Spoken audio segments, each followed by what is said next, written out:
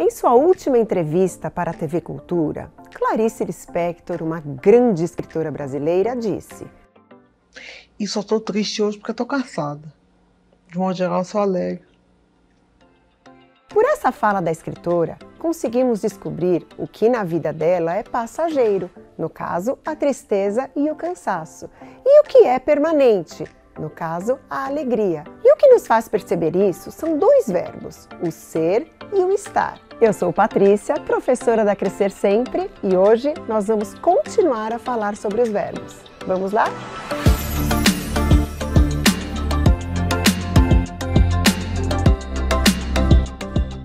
Lembra de uma classe gramatical que já falamos no outro vídeo? Os verbos. Pois é, no vídeo passado falamos que os verbos são palavras que indicam ação, certo? Porém, não te contamos tudo. Afinal, os verbos também podem indicar estado ou a ação de um fenômeno da natureza. E é sobre isso que vamos falar hoje. Os verbos que indicam estado ligam uma pessoa, um ser, um objeto, ou seja, um substantivo, como vimos lá atrás, a um estado em que esse substantivo se encontra. Por exemplo, a garota está feliz. A garota é a pessoa. E o estado em que ela se encontra é feliz. Assim, o que liga a garota ao seu estado é o verbo estar. Da mesma forma, se a frase fosse "a garota é feliz", o verbo que liga a pessoa ao estado é, do verbo ser. Existem diversos outros verbos de estado, como permanece, continua, fica. Cada um desses verbos dá um significado diferente para a frase. Se dizemos que a garota está feliz, é diferente dizer que ela é feliz. Quando ela está feliz, parece algo passageiro que não ocorre sempre. Quando dizemos que ela é feliz, parece algo permanente, contínuo em sua vida. Se dizemos que ela continua feliz, parece que é algo passageiro, mas que está durando. Ou seja, ela não é sempre feliz, mas está se mantendo feliz por um tempo. Consegue perceber essas diferenças de significado? Isso fica evidente também na fala da Clarice Lispector no começo desse vídeo. Ela afirma que está triste naquele momento por estar cansada.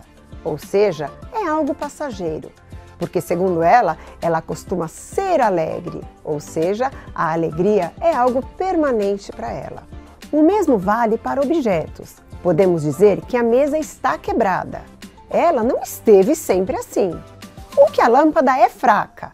Ela sempre esteve nessa mesma condição, nesse mesmo estado. Se eu disser que a geladeira continua barulhenta, significa que nada foi feito para que essa condição ou esse estado da geladeira mudasse. Já falamos dos verbos de ação, dos verbos de estado e os verbos de fenômenos da natureza? Os fenômenos da natureza são algo produzido pela natureza, como a chuva, o vento, os trovões. Quando uma palavra indica uma ação de um fenômeno da natureza, ela é um verbo. Por exemplo, qual é a ação da chuva? Chover. Qual é a ação do vento? Ventar.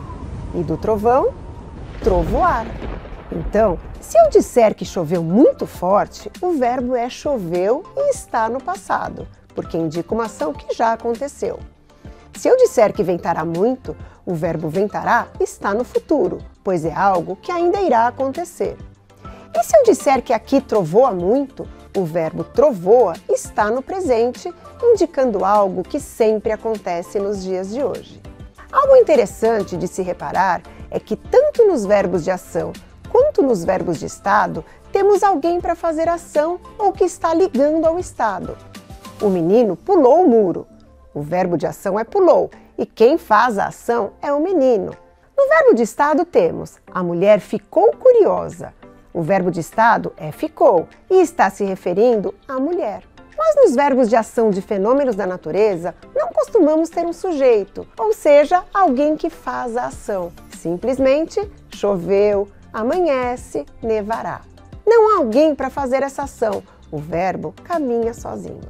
Então, esses são os verbos. Eles indicam ação, estado e fenômeno da natureza. Para encerrar nossa aula, vamos deixar um poema de um dos mestres da poesia brasileira, Carlos Drummond de Andrade. O poema se chama Verbo Ser E ele faz uma reflexão sobre aquela pergunta que muitos de nós já escutamos: o que você quer ser quando crescer? Drummond, em seu poema, vai refletir sobre essa pergunta. Afinal, o que é ser? Bom poema e até a próxima aula. Verbo ser. O que vai ser quando crescer? Vivem perguntando em redor. O que é ser? É ter um corpo? Um jeito? Um nome? Tenho os 3. E sou? Tenho de mudar quando crescer? Usar outro nome, corpo e jeito? Ou a gente só principia a ser quando cresce? É terrível? Ser? Dói? É bom? É triste? Ser. Pronunciado tão depressa, cabe tantas coisas? Repito. Ser. Ser. Ser. Er. R. Que vou ser quando crescer? Sou obrigado a?